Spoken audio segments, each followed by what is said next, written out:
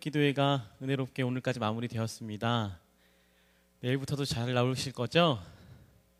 네, 새벽을 깨워서 우리 예배를 위해서, 교회를 위해서, 우리 수험생들을 위해서 특별히 내일은 또 기도하시는 용사들이 많으시면 시험을 치르는 아이들에게 힘이 되지 않을까 생각을 합니다. 우리 토요일 오후 2시 30분 택시 타고 오는 주의를 준비하면서 포장하는 일들을 한다고 합니다. 몇 분 권사님들은 알고 계시다고 들었고요. 그리고 나머지 분들도 많이 참여하셔서 우리 빵을 싸고 커피를 싸는데 부족함이 없도록 일손이 많으면 좋겠다고 광고가 올라왔습니다. 우리 학습 세례식이 이번 주에 있게 되는데 우리 목장에서 우리 자녀들 중에 있으시면 우리 교육자들에게 아니면 목자님들께 말씀해 주시면 감사하겠습니다. 말씀을 읽겠습니다. 요나서 1장입니다. 요나서 1장 11절로 16절까지의 말씀입니다.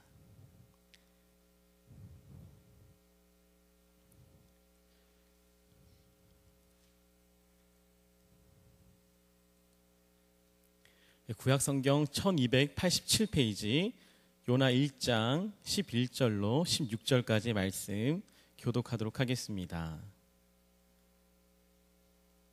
바다가 점점 흉룡한지라 무리가 그에게 이르되 우리가 너를 어떻게 하여야 바다가 우리를 위하여 잔잔하겠느냐 하니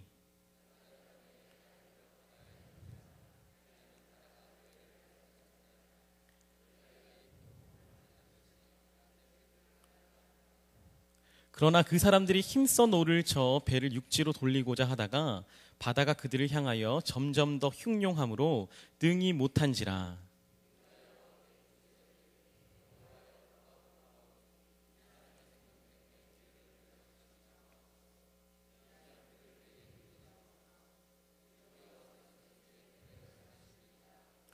요나를 들어 바다에 던짐에 바다가 뛰노는 것이 곧 그친지라. 그 사람들이 여호와를 크게 두려워하여 여호와께 제물을 드리고 서원을 하였더라. 아멘. 수목한계선이라는 용어가 있습니다. 이 용어는 너무 높은 지역, 산 같은 지역이겠죠. 그 지역을 가면 수목이 더 이상 자랄 수 없는 한계 지점이 있다라는 것입니다. 이게 수목한계선이라 부르는데 지구상에 몇 군데 존재하지는 않고요. 그 몇 군데 존재하지 않는 곳 중에서 우리가 너무나도 잘 아는 로키 산맥이 있습니다. 로키 산맥의 해발 3,000m 고지를 가게 되면 그곳에는 이런 수목한계선이 존재하는데요. 근데 신기하게도 수목한계선 조금 위쪽에 나무가 자라고 있다고 합니다. 더 이상 나무가 자랄 수 없는 곳이라 선을 그어놨는데 그 위에 나무가 자라고 있는데 이 나무의 모습은 너무나도 우리가 생각하는 것과 좀 다르다는 겁니다. 나무는 직선으로 하늘을 향하여 올라가야 되는데 너무나도 매서운 바람을 맞다 보니까 나무가 꺾여서요. 무릎을 꿇고 앉아있는 형국이라고 합니다. 나무가 바람에 맞아서 무너지고 땅을 향하여 치솟다가 조금 더 올라가려고 애쓰고 있는 사람이 무릎을 꿇고 있는 모습과 같은 모습이 로키 산맥 해발 3,000m 고지에 있는 나무들이라고 합니다. 그런데 이 나무들 너무나도 신기하게 생겼고 그리고 힘도 없어서 자라지도 못할 것 같은데 생존력이 대단하다는 것입니다. 이 바람에서 이겨내려고요. 그리고 혹한 가운데서 그 추위 가운데서 이겨내려고 이 나무들은 생존력을 발휘하고 있다는 것입니다. 근데 우리가 세계적으로 잘 알고 있는 가장 값비싼 바이올린, 첼로 이런 나무들을 어디서 공습하는가 봤더니 바로 거기서 가지고 왔다는 겁니다. 선율이 아름답고 공명이 잘 되는 이 명품 바이올린들은 로키 산맥의 수목한계선의 그 위에 있는 나무들, 생존력 강하게 바람을 막고 그 바람을 이겨내고 추위를 이겨냈던 그 나무들을 통해서 바이올린을 만들면요 명품이 된다고 합니다. 그리고 그 나무들은 신기하게도 소리가 아름답게 소리가 난다는 것입니다. 이것은 너무나도 간단한 예입니다. 우리가 고난을 겪게 될 때 우리 가운데 아름다운 인생을 살 수 있을 거라는 것입니다. 그냥 인생을 살아가는 것보다 더 깊이 있는 소리가 날 수 있는 사람은 고난을 겪은 사람이 아닐까. 우리가 살아가면서 그저 그런 인생을 살아왔던 사람보다 평탄한 인생을 산 사람보다 고난을 겪고 이기고 습득하는 환경을 배운 사람들은 더 아름다운 깊이 있는 소리를 낼 수 있다는 것입니다. 성악가들도 마찬가지입니다. 그저 그렇게 실력만 가지고 하는 것 같지만 듣는 사람들, 귀 있는 자들은 다 들을 줄 안다라는 것입니다. 저 사람이 소리를 내는데 기교만 부리고 있는 것인지 이미자 선생님의 노래를 들으면 세월이 느껴지는 것처럼 성악가들에게도 그 안에 내공과 세월과 고난을 이겨냈던 목소리들이 들리고 느껴진다는 것입니다. 그 목소리가 우리들의 마음에 감동을 일으키고요. 사람들에게 기쁨을 줄 수 있다는 것입니다. 우리 성도님들에게 질문을 드리겠습니다. 우리 성도님들께서 인생을 살아오시면서 가장 깊이 하나님을 만나셨을 때는 언제이십니까? 생각들이 나시고 계신가요? 또 다르게 질문을 하겠습니다. 인생 가운데 내가 가장 큰 경험을 했던, 하나님의 기적을 경험했던 순간은 언제였을까요? 추측컨대 다 그러시진 않겠지만 너무나도 힘들고 어려워서 도망가고 싶은 고난의 순간, 그 뒤편에 우리는 하나님을 깊이 만나고 체험하고 기적을 경험하지 않았을까라는 생각을 감히 하게 되었습니다. 앞이 캄캄하여 아무것도 보이지 않는 그 순간이었지만, 이상하게도 그 너머에, 아무것도 없다고 생각했던 그 너머에 하나님의 기적이 준비되어 있었고 여호와 이레 하나님이 준비되어 있었음을 우리는 말씀을 통해서, 내 삶을 통해서 만나보곤 하는 것입니다. 목사의 말씀을 통해서 아브라함의 우리 행했던 칼자루를 들이쳐서 그 아들을 향하여 칼을 들었던 그 심정들을 듣게 되지 않았습니까? 그 아버지의 마음, 아들을 죽일 수밖에 없었을 그 아버지의 마음. 하지만 하나님이 그만두라고 하셨을 때에 그 아이를 안고 목사님께서 상상의 말씀을 해주셨습니다. 이러지 않았을까? 그 모습 가운데 하나님이 느껴지기 시작했습니다. 하나님께서 우리 가운데 그런 인생을 주시지 않을까? 하나님이 정말 시켜서 한 것은 한 것인데 하기는 했는데 나는 두렵고 떨렸다는 것입니다. 그런데 그 순간 하나님이 나타났고 여호와 이레 하나님이 등장하셨다는 것입니다. 그것이 우리들에게 기쁨이 되지 않을까라는 것이죠. 17세기의 사람 핸델에게서도 이러한 역사가 나타납니다. 핸델하면 우리 너무나도 잘 아는 오페라와 음악의 아버지입니다. 그런데요, 그 사람은 성령의 사람이 아니었답니다. 예수를 믿긴 하되 날라리 신자였다고 합니다. 교회를 다니는 것보다, 기도하는 것보다 그냥 자기의 실력을 가지고 사람들을 감동시키고 나의 재주를 가지고 사람들의 인기 얻는 것에 관심이 많았던 사람이 바로 핸델이었다고 합니다. 젊은 시절에요, 그는 인기에 연연하여 많은 곡을 작곡하고 특히 오페라에 목숨을 걸었는데, 이 오페라를 통해서 자기의 인기가 하늘에 찌르듯 올라가는 걸 기대하고 있었다는 것입니다. 그런데 신기하죠. 처음에는 재주가 있고 실력이 있어서 사람들의 마음을 사기 시작했습니다. 그런데요, 그의 오페라는 가면 갈수록 사람들이 떨어져 나가기 시작하고요, 가면 갈수록 사람들의 발길이 잦아들지 않습니다. 그리고 사람들은 그에게 실망하기 시작하고요, 그는 실력이 있고 재주가 있고 곡도 좋은데 사람들은 그에게 감동의 말들을 하지 않기 시작했다는 것입니다. 그러다가 사람들이 너무나도 떠나서 이제는 공연을 할 수가 없게 되었습니다. 사람이 없으니까요. 관객도 없고 자기를 알아주는 사람이 없어서 공연도 할 수가 없었고요, 더 이상 자기 자신에게 작곡 좀 해주세요라고 부탁하는 자들도 없었다고 합니다. 흔히 말하는 백수가 된 것입니다.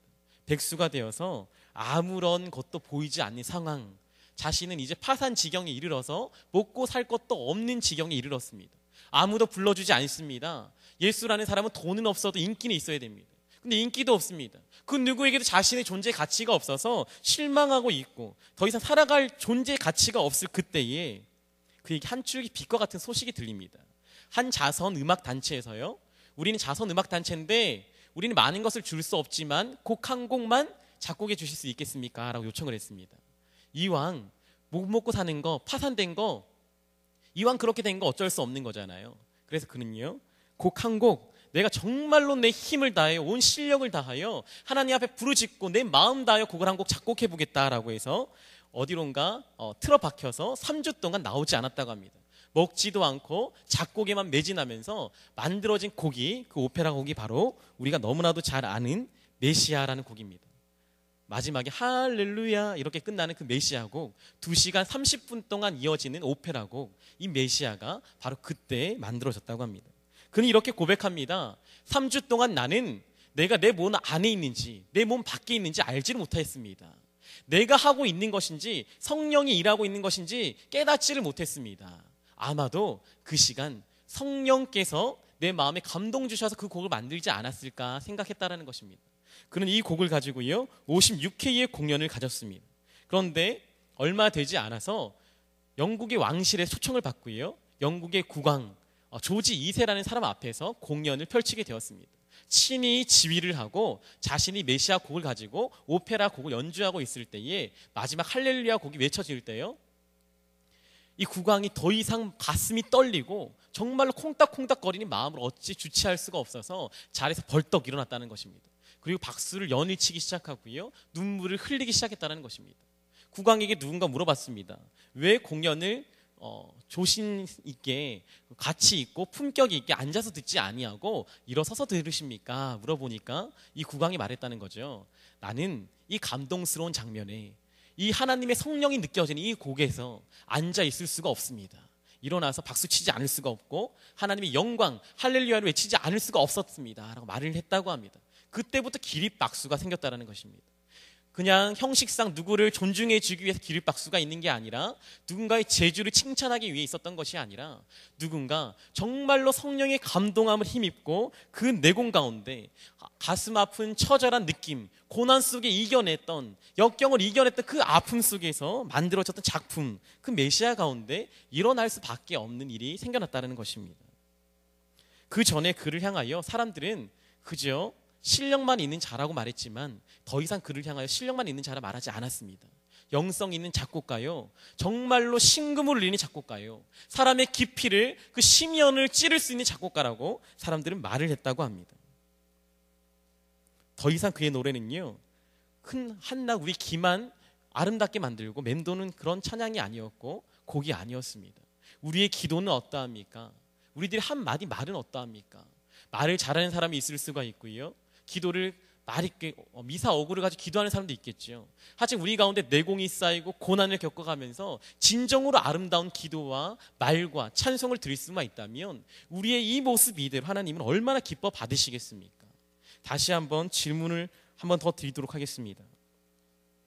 혹시 지금 이 순간 우리 앞에, 우리 성도님들 앞에 고난이 경험되고 있는 분은 계시지 않은지요? 내 앞에 해결되지 않는 것 같은 고통과 환난과 시련이 내 눈앞에 보이고 있는 분은 안 계신가요? 그런데 우리의 시각을 한번 바꿔보셨으면 좋겠습니다. 앞이 캄캄하여 너무나도 막막하여 눈물만 흘러지는 이 상황 속에서 그 상황만을 보지 않고 그 현상 너머에 계시는 그 우리 하나님께서 그 안개가 거칠 때에, 고난이라는 안개가 거칠 때에 나를 안아주시고 품어주시고 사랑의 눈물로, 그리고 나를 향하신 그 따뜻한 마음으로 우리 가운데 포옹해 주시는 그 하나님을 바라볼 수 있는 시간이 되기를 간절히 바라고 소망합니다. 바로 요나서를 통하여 오늘 이러한 하나님의 뜻과 마음을 발견하기를 간절히 바라고 소망합니다. 요나는 강인했던 자 같습니다. 요나는 너무나도 자아가 강하고 너무나도 강인하고 너무나도 남자 같은 사람이 아니었을까 상상을 합니다. 요나서 1장 1절을 보면 하나님이 말씀하셨습니다. 여호와의 말씀이 아미떼의 아들 요나에게 임하여 이르시되, 요나야 너는 일어나 큰 성읍 니느웨로 가라. 내가 그 땅을 변화시켜야 되겠다라는 것입니다. 하나님의 마음이 그에게 임했습니다. 그런데 요나는 어떤 사람이었습니까? 본문은 말하죠. 1장 3절은 이렇게 고백을 합니다. 하나님이 말씀하셨음에도 불구하고 그러나 요나가 여호와의 얼굴을 피하려고 일어나 다시스로 도망하려 하여 욥바로 내려갔더니, 하나님이 자기에게 원하지 않는 말씀을 하시면 하나님께로 얼굴을 돌릴 수가 있는 사람이 바로 요나였습니다. 내가 원하는 설교가 아니면요, 내 마음에 현혹되는 기도가 아니면, 내 마음에 드는 말씀이 아니면 얼굴 한번 돌릴 수 있는 것이 나의 마음이라는 것입니다. 내 마음을 혹하고 설교도 나를 설득시키고 굴복시킬 수 있어야 설교지, 정말 하나님이 말씀하셨다 하여 말씀이 아니라는 것입니다. 요나는 이상한 사람은 아니었습니다. 민족을 사랑하는 자였습니다. 우리 민족을 사랑하는 자였고요, 남자 같은 사람이었습니다. 정말로 옳은 정의가 뭔지를 아는 사람이었고 진리가 무엇인지 아는 사람이었습니다. 그는 생각하고 판단하기 시작했습니다. 하나님, 어찌하여 저 악독한 자들에게 가는 것이 옳습니까? 라는 것이죠. 내가 선지자가 되었는데 이런 행동이나 하려고 선지자가 된 것은 아니라는 것이죠. 하나님, 제가 선지자가 된 것은 하나님의 백성을 위하여 그들에게 말씀을 증거하고 하나님 말들을 그에게 전하는 것입니다. 뒷구절들을 읽어보면요, 요나를 향하여 이런 말을 합니다. 요나는 스스로 말하기를 나는 하나님을 경외하는 자입니다라고 말합니다. 하나님을 싫어서 도망간 것도 아니라는 것입니다. 하나님이 싫어서 하나님 말씀이 마음에 들지 않아서 니느웨로 가지 않았던 것이 아니라 내 고집과 달라서 가지 않았다라는 것입니다. 하나님이요, 정말로 이스라엘에 가라 하시면 경외하는 마음으로 가겠습니다. 이 하나님의 사람들에게 가라 하시면 제가 가겠습니다. 우리 교회에 어떤 직분자들에게 가라고 하시면 가겠습니다. 왜 근데 다른 교회입니까? 왜 그들은 이방인들입니까? 왜 하필이면 근본도 없는 저 아시리아의 수도 니느웨입니까? 그들은 이상한 사람이라고 들었습니다. 너무나도 쉽게 사람을 죽이고 짓밟는 사람이라 들었습니다. 근데 왜 내가 그들을 향하여 가야 되겠습니까? 하나님의 말씀이라도 나는 순종할 수 없습니다. 이게 요나의 마음이었습니다. 그리고 그는요, 도망하여 다시스로 가는 배를 타게 됩니다. 우리 가운데 이런 모습이 있진 않으신지요? 우리 가운데 내 고집이 있어서 다른 말씀은 다 듣되, 예를 들어 헌금에 대한 말씀이라든가 헌신에 대한 말씀이라든가 순종에 대한 말씀이라든가 내 마음에 들지 않는 자녀에 대한 말이라든가 많은 부분의 말씀은 굴복할 수 없다든지, 혹시 이런 마음을 가지고 계신 분은 안 계신지요? 요나는 믿음이 없는 게 아니었습니다. 다만 신앙의 고집이 있었습니다. 여러 많은 신학자들이 이러한 오리를 빠질 때가 있습니다. 신학에 빠져 성경을 버릴 때가 있다는 것입니다. 신학에 빠져 하나님의 마음을 버릴 때가 있다는 겁니다. 내 신학을 고집하기 위하여 하나님의 말씀과 하나님의 명령을 준행하지 않을 때가 있다는 겁니다. 내 신학, 내 학문과 내 가치관이 중요하여 하나님의 그 마음이 나에게 필요 없을 사람들도 있다는 것입니다. 우리는 그러해서는 안 된다는 거죠. 문제는 그때부터 발생하기 시작합니다. 우리 4절을 한 목소리를 읽어보도록 하겠습니다. 시작. 큰 바람을 바다 위에 내리심에 바다 가운데에 큰 폭풍이 일어나 배가 거의 깨지게 된지라. 하나님의 말씀을 듣지 않던 요나 가운데 환난과 시련과 고난이 닥쳐오기 시작합니다. 바다에 폭풍이 일어나기 시작하고요, 큰 바람이 나타났습니다. 그런데 이 폭풍은 얼마나 대단했던지 거의 배가 깨지게 되었다라는 것입니다. 이제 죽음의 위기 가운데 있었다라는 것입니다. 더 이상 소망이 없어 보이는 순간에 나타나 있다는 것입니다. 요나의 지금 앞에 당해 있는 순간은요, 내 눈앞에 닥쳐 있는 환경은요, 이제 깨져서 죽을지 모르는 시한부 인생과 같은 모습이라는 것입니다. 그런데 하나님은 한술 더 뜨시죠. 11절을 또 한번 읽어볼까요? 11절입니다. 바다가 점점 흉룡한지라 무리가 그에게 이르되 우리가 너를 어떻게 하여야 바다가 우리를 위하여 잔잔하겠느냐 하니, 이미 바다의 배는요, 바다 위에 그 배는 깨질 것 같습니다. 무너질 것 같고 죽을 것 같습니다. 사람들은 살기 위하여 물건을 던지기 시작하고요, 어떻게 하면 생존할 수 있을까 가지내를 쓰기 시작합니다. 그런데요, 하나님은 더욱더 강하게 바다가 흉룡하도록 만드셨습니다. 점점 흉룡한지라 가면 갈수록 이 상황은 해결되지 않는 것입니다. 지금도 견디기 힘든데, 지금도 일어나기 힘든데, 지금도 더 이상 벅찬데, 너무 벅차서 견딜 수가 없는데 하나님은 계속 더 몰아가십니다. 절벽을 향하여, 더 이상 소망이 없는 공간을 향하여 하나님은 가고 계시다라는 것입니다. 우리는 이런 경험을 하신 적이 있지는 않으실까요?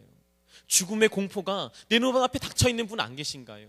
무언가 나를 얽매고 있고 싸매고 있는데 하나님이 해결하여 주시지 아니하고 갈수록 더 절벽 가운데 나를 밀고 계시지 아니한가요? 그 가운데 요나가 서 있다라는 것입니다. 그런데 이 가운데 요나가 이상합니다. 5절과 6절 말씀을 읽어보시면요, 요나가 너무나도 신기한 행동을 하고 있음을 볼 수가 있습니다. 5절에 이렇게 고백을 합니다. 사공들은 두려워했다고 합니다. 각각 자기의 신을 부르고 또 배를 가볍게 하려고 그 가운데 물건들을 바다에 던지니라. 살기 위해서 모든 예를 쓰기 시작합니다. 자신들의 신을 찾기 시작합니다. 부처님, 그리고 마호메트요, 알라요, 누구요, 삼신 할머니요, 날 좀 도와주세요. 그 누구든 간에 날 좀 도와주세요. 아무 신이나 찾기 시작합니다. 그뿐입니까? 내가 그렇게 아꼈던 짐들입니다. 나에게 소중한 물건들입니다. 하지만 포기할 줄 압니다. 왜요? 세상 사람들도 내 목숨 살리기 위해서는 내 물건도 포기할 줄 안다는 것입니다. 물건을 던져야, 가벼워져야 깨지지 않을 것이니까요. 자기의 머리로 있는 생각들, 내 이성으로 할 수 있는 모든 생각을 동원하여 살기 위해 발버둥 치고 있습니다. 그때 요나는 어떤 행동을 합니까? 이미 자고 있다고 말하지 않습니다. 그때 성경이 이렇게 고백을 합니다. 그러나 요나는 배 밑층에 내려가서 누워 깊이 잠이 든지라. 사람들이 살려고 발버둥 치고 있습니다. 타이타닉호를 생각해 보십시오. 영화를 보신 분들은 그 장면들이 떠오르실 겁니다. 살기 위해 발버둥 치고 있습니다. 선반 위로 올라오고 있습니다. 그런데 요나는요, 그 상황을 다 눈으로 목격하고 있으면서 배 밑으로 의젓이 내려가고 있습니다. 하나님이 마음에 들지 않는다는 증거입니다. 하나님 찾지 않겠다라는 것입니다. 고난이 와도 내 마음에 들지 않는 하나님께 찾지 않겠다라는 것입니다. 왜 내가 이런 고난을 겪고 있는지 알고 있지만 그 하나님 앞에 기도하지 않겠다라는 것입니다. 나는 죽어도 저 아시리아의 수도 니느웨는 가지 않겠다라는 것입니다. 나는 죽어도 이 일을 할 수 없다라는 거죠. 나는 죽어도 그곳에 그 말씀에 순종하지 않겠다라는 것입니다. 이 요나의 마음입니다. 6절에 선장이 그에게 갑니다. 그리고 이렇게 말을 하죠. 자는 자여 어찌함이냐. 세상 사람들이 말하는 것입니다. 야, 너희 하나님 앞에 기도 좀 해라. 고통의 순간 아니냐? 애가 내일 수능이란다. 너희 집에 이런 고통이 있는데 너는 하나님 믿는다면서 기도 좀 해. 요나야, 너는 왜 기도하지 않니? 하고 말씀하고 있습니다. 이 구절을 읽으면서 제 마음을 치기 시작합니다. 나는 혹시 기도해야 되는 순간인데 앉아있지는 않는가? 무릎 꿇어야 될 순간인데 일어서 있지는 않는가? 내 눈앞에 코가 석자한데, 내 환경 가운데 하나님이 너무나도 필요한데, 사역 위에 한 영혼을 위하여 하나님의 은혜와 능력이 필요한데 가만히 앉아서 있지는 않는가? 누워 자고 있지는 않는가? 세상 사람들도 그렇지 않다는 것입니다. 살기 위해 내 것을 포기하고요, 어떻게든지 살아가려고 애쓰고 있다는 것입니다. 그런데 요나는 뭘 하고 있습니까? 배 밑으로 내려가서 나는 하나님의 마음에 안 들어 라고 말하고 있습니다. 아무것도 모르는 사람들입니다. 세상 사람들은요, 어떻게 해야지 이 풍랑이 떠나가는지 모릅니다. 어떻게 해야지 이 환경 가운데 하나님 마음이 돌아가실지 모릅니다. 어떻게 하나님 마음에 돌이킬 수 있는지 아무도 알지를 못합니다. 유일하게 아는 사람은 요나밖에 없습니다. 요나는 이렇게 고백합니다. 나를 바다에 던져버려. 나 때문에 생긴 일이거든. 나를 던지면 모든 게 해결된단다. 그는 알았습니다. 하나님의 마음에 합하게 내가 순종하고 회개하고 하나님 앞에 무릎 꿇으면, 그분 앞에 내가 무릎 꿇기만 하면 하나님이 돌이키신다는 마음을 알고 있었습니다. 그럼에도 불구하고 나를 던져버려, 나를 죽여, 그럼 해결될 거야. 무슨 뜻일까요? 죽어도 하나님을 용납 못하겠다는 거죠. 나는 죽어도 하나님의 음성을 듣지 않겠다라는 것입니다. 목숨 걸고 불순종하겠다라는 것입니다. 대단한 자 아니겠습니까? 정말로 내가 죽는다 할지라도 나는 하나님의 음성에 응답하지 않겠습니다라는 고집입니다. 너무나도 강한 자죠. 내 신학이 맞지 않으면 하나님도 용납할 수 없는 자입니다. 그게 요나였습니다. 그런데 너무나도 신기하지 않습니까? 12절 말씀에 그는 바다에 던지라고 말을 했습니다. 그런데 13절 말씀에요, 사람들은 다른 행동을 하기 시작한다는 겁니다.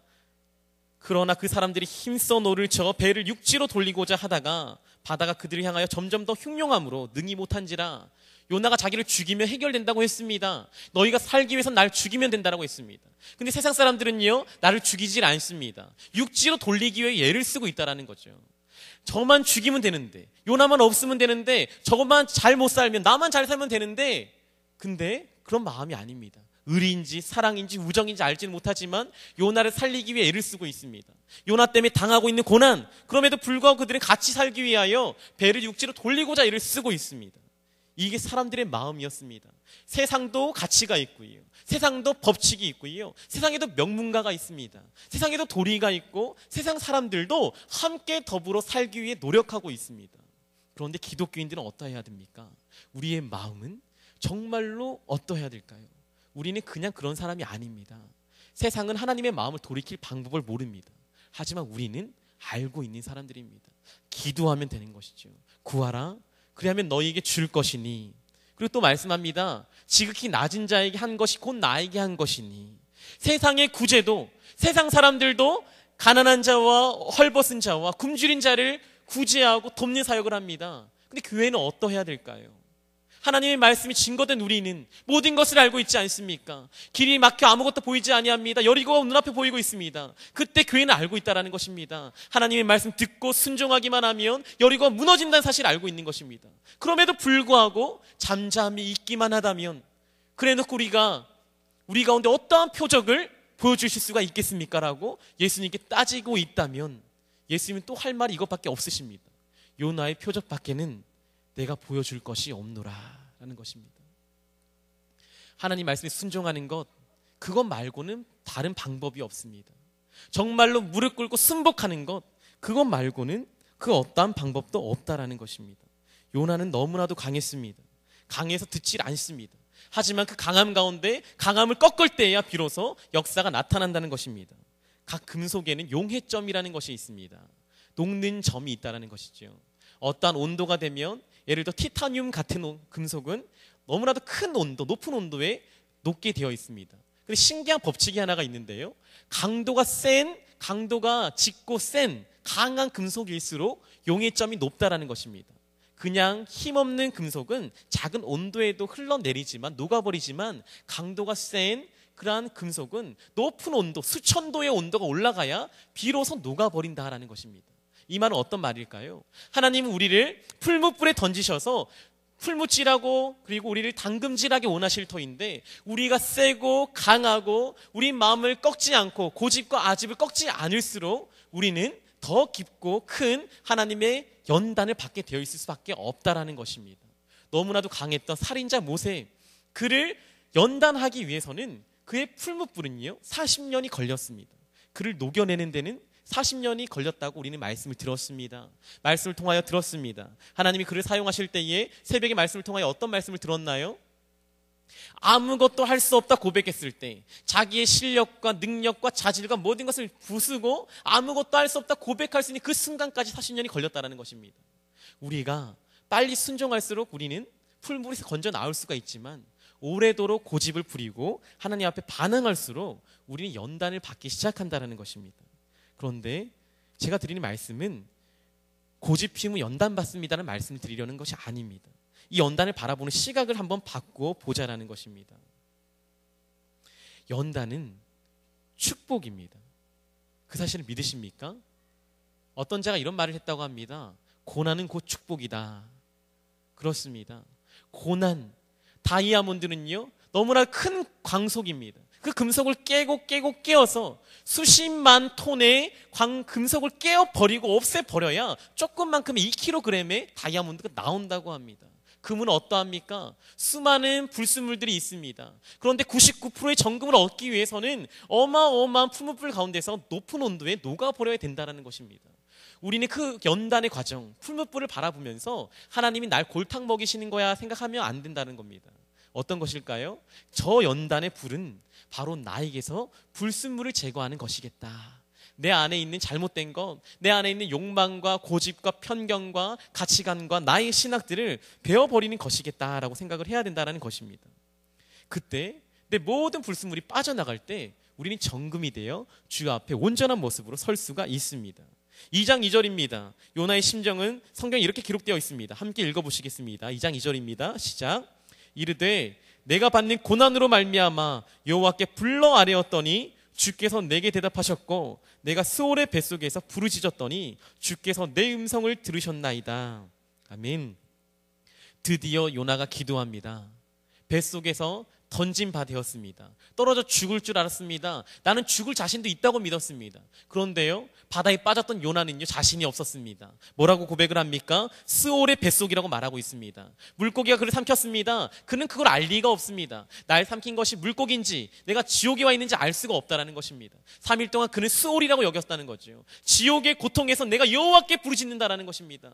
내가 지금 이 순간 기도할 수밖에 없습니다. 떨려 죽겠습니다라는 거죠. 하나님, 너무나도 무섭습니다. 고집 피웠는데, 나는 강하다고 믿었는데, 내 힘으로 할 수 있다 믿었는데 그게 아니네요. 너무 무섭네요. 이 고난 이길 수가 없어요. 내 힘으로 할 수가 없어요. 하나님, 해결 좀 해주세요. 그가 부르짖기 시작합니다. 날 던져. 사람들이 기도하라고 할 때도 기도하지 않았습니다. 세상 사람들이 그를 향하여 다시 한 번만 용서 좀 구해달라고, 하나님의 마음을 돌이켜달라고 말을 했음에도 불구하고 그러지 않았습니다. 그런데 너무나도 극한 고통 가운데서 그는요 하나님을 찾기 시작한다는 겁니다. 그 연단은 복입니다. 왜요? 그가 이제 하나님을 찾기 시작했으니까요. 하나님으로부터 얼굴을 돌려버렸습니다. 세상을 바라보기 시작했습니다. 다시스로 반은 배 사람들과 함께 갔다고 말을 합니다. 어떤 뜻일까요? 하나님과 함께 가는 것이 아니라, 하나님과 동행하는 것이 아니라 세상과 동행하고 세상 사람들처럼 살아가겠다고 다짐했던 그의 인생에 다시 한번 하나님께로 돌이키는 역사가 나타났다라는 것입니다. 요나는 풀무불을 통하여 하나님을 만나게 되었습니다. 자아가 너무 강했던 야곱은요 그의 삼촌 라반을 통해서, 그리고 형 에서를 통해서 풀무질을 당했습니다. 연단을 받았습니다. 그리고 그는 변하게 되었습니다. 야복 강가에서 말씀을 들었던 것과 같이 하나님과 싸우게 됩니다. 더 이상 아무것도 할 수 없게 되었던 믿었을 그때에, 하나님과 겨루었을 그때에 그는 고백합니다. 내가 이제 하나님만 믿고 살아가겠노라고요. 그리고 믿음의 사람이 되어 세상을 축복하는 사람이 되지 않습니까? 이것이 야곱의 인생이라는 것입니다. 수많은 인생 동안 그는 연단을 받았습니다. 모세도 마찬가지입니다. 바울도 마찬가지죠. 바울이라는 사람, 자신의 신학 때문에 예수님을 죽이려 했던 사람 아닐까요? 하나님을 사랑하되 하나님을 외치고 살아가는, 하나님이라고 자청하는 그 예수를 죽이고 싶었던 이 바울, 그를 연단하시고자 예수님은 그에게 육체의 가시를 허락하셨고 빛으로 오셔서 그의 눈을 멀게 하여 주셨습니다.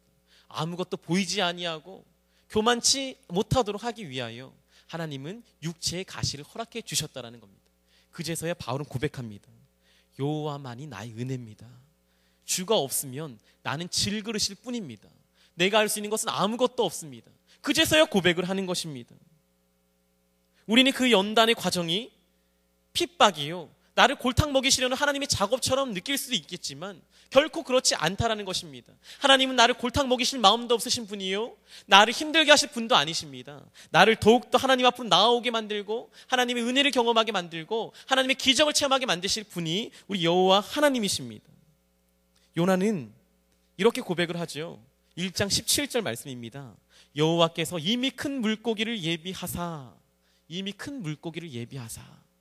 하나님은 그를 죽이려고 던진 게 아닙니다. 요나를 던졌을 때 하나님이 이미 예비되어져 있었다는 겁니다. 아브라함이 칼로 이삭을 치기 전에 하나님이 그만두라고 말씀하셨던 것처럼 바다로 던진 바 되었을 때에, 더 이상 나의 자아를 포기하고 아무 소망이 없는 공간이 되었을 그때에 하나님이 나타나셔서 역사하시고 하나님의 기적을 경험하게 만들어 주신다라는 겁니다. 이런 삶이 우리 성도님들 가운데 있기를 소망합니다. 아무것도 보이지 아니하십니까? 하나님의 물고기는 이미 예전부터 진행되어져 있습니다. 시험밖에 보이지 아니하시는가요? 그 시험 뒤에는요, 우리의 방주가 기다리고 있습니다.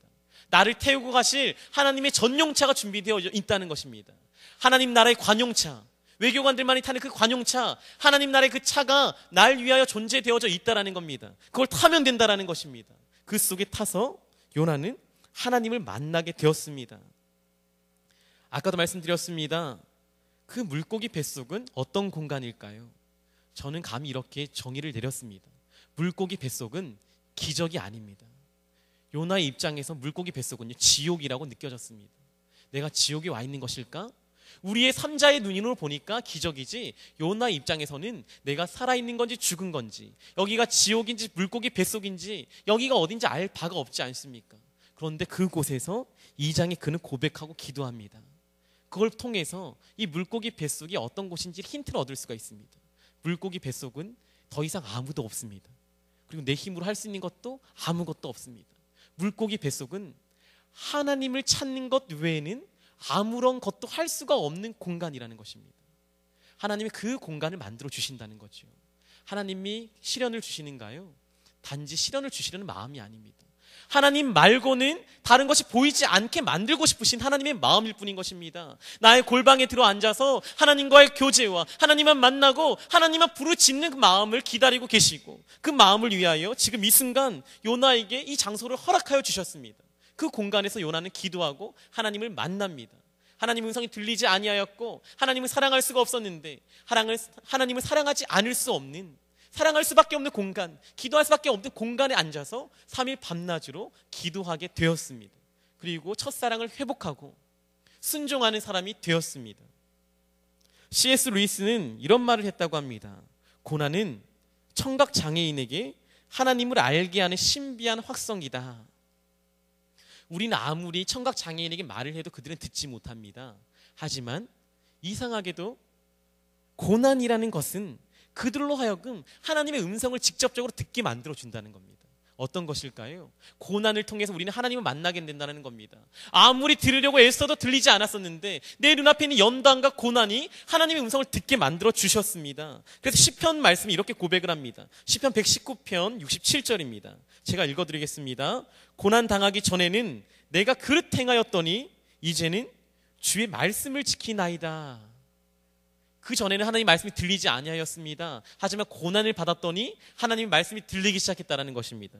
그리고 그는 71절에 이렇게 고백을 합니다. 고난 당한 것이 내게 유익이라. 이로 말미암아 내가 주의 율례들을 배우게 되었나이다. 하나님의 마음을 알게 되었다라는 것입니다. 요나는 그 고난을 통해서 하나님 앞에 순종하는 법을 알게 되었습니다. 요나는 그 공간을 통하여 하나님의 마음을 알게 되었습니다.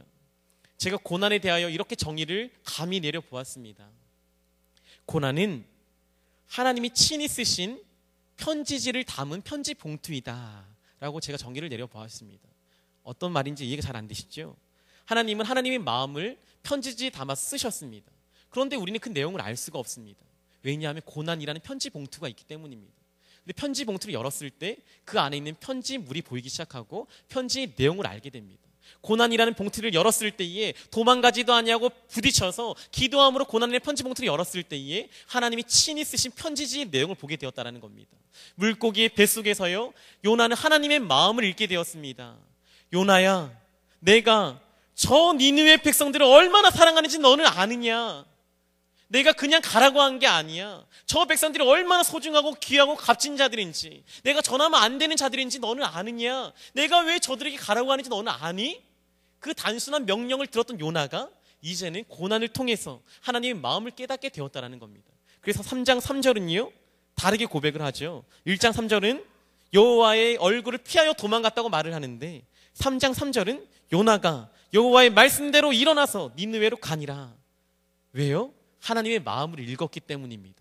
연단되어지고 녹아지고 내 모든 강도를 버리게 되고 오늘 들었던 말씀처럼 온유한 자가 되어 나의 모든 강함을 버리고 나약한 모습으로 순복하는 모습으로 하나님 앞에 나아가서요 이제는 듣게 되었다는 겁니다. 하나님의 마음이 이거였군요. 그러면 제가 일어나 가겠습니다. 그리고 그는 토달지 않고 일어나 가게 되었습니다. 수십 년 전에 동일한 사건이 한국에도 있었습니다. 한 목사님이 부흥의 인도 때문에 재판정에 증인으로 서게 되셨는데 가지를 못하고 자기 딸을 보내었다고 합니다. 그리고 자기의 말을 대신 전하라고 한 딸을 재판정에 증인으로 보냈습니다. 중학교 1학년밖에 되지 않는 어린 딸이 재판정에 가서 얼마나 두려웠겠습니까? 두려움에 떨고 있는데 판사가 재판 가운데서 그에게 묻습니다. 얘야, 저기 서 있는 저 사람을 보아라. 저자가 너의 두 오빠를 죽인 살인자가 맞느냐? 그 아이가 말합니다. 예, 저 사람이 죽인 사람입니다. 그리고 죽은 두 사람은 나의 오빠입니다. 그러면 판사가 묻습니다. 저 사람은 사형에 처해야 마땅해야겠다. 이미 사형을 처해야 마땅하다고 결과가 나와 있는데 그러면 되겠니? 라고 말을 하자 이 아이가 말을 합니다. 재판장님, 한 가지 드릴 말씀이 있습니다. 뭐냐? 아버지가 저를 보낸 이유가 있습니다. 아버지는 널 왜 여기 오라고 했는데 그렇게 말하자 이 아이가 이렇게 아버지의 말을 그대로 옮겼다고 합니다. 내 아버지가 두 오빠를 죽인 자를 잡았거든 매 한 대도 때리지 말고 죽이지도 말라고 하셨어요. 그를 구해 아들로 삼겠다고요. 성경 말씀에 원수를 사랑하라 했기 때문이래요. 사형 선고를 내리지 말아주세요 라고 말했다는 것입니다. 그 살인자는 풀려났고요. 이 아이의 오빠가 되었습니다. 얼마 전에 이 딸이 아빠에게 물었습니다. 아빠, 나는 그 살인자가 너무나도 미워서 죽이고 싶어. 사형을 당하게 된대. 죽으면 좋잖아 라고 말했더니 이 아버지가 이렇게 말했다고 합니다.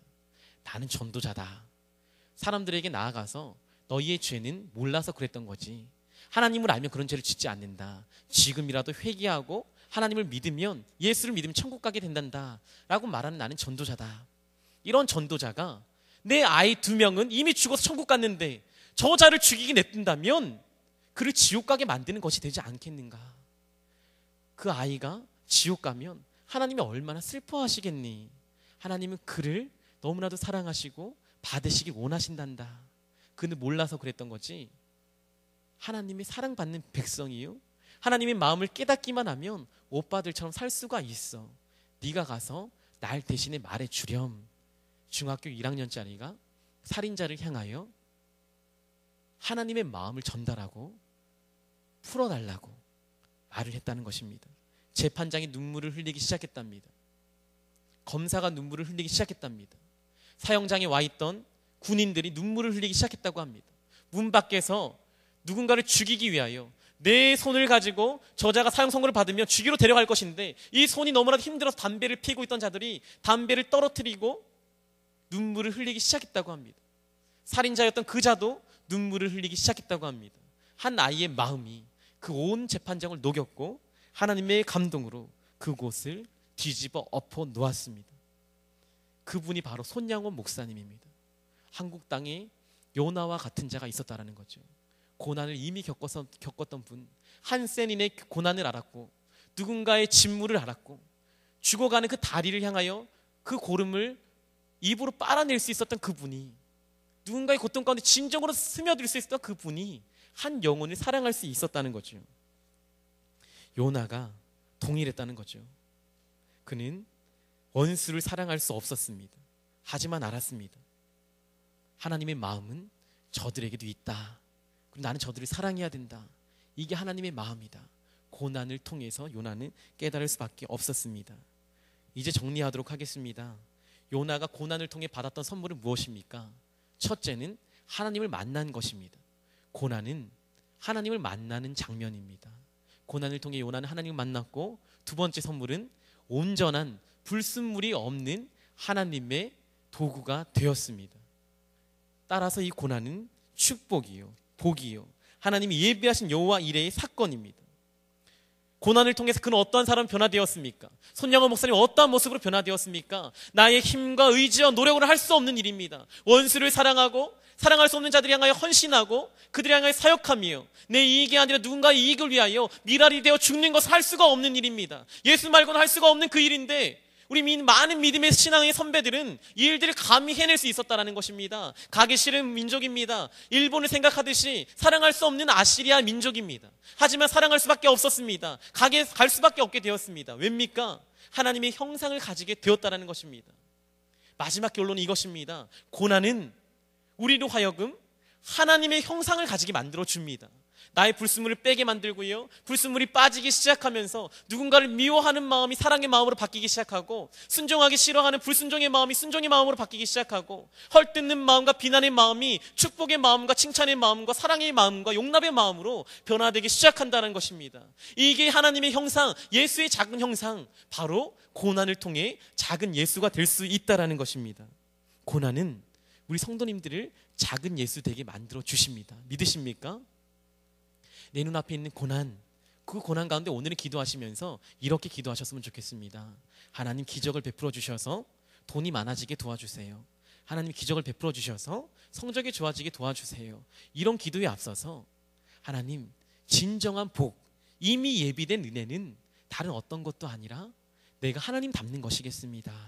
하나님 만나는 것이겠습니다.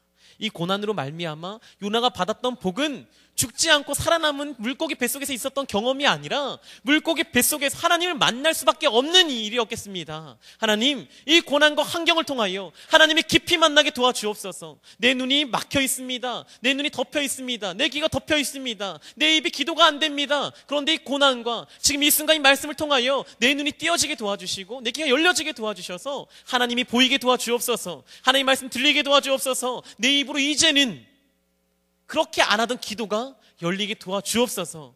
이렇게 기도하시는 우리 모든 성도님들 되시기를 주님의 이름으로 축복합니다. 이 시간 함께 찬양하도록 하겠습니다. 우리 아무것도 두려워하지 말라, 이 찬양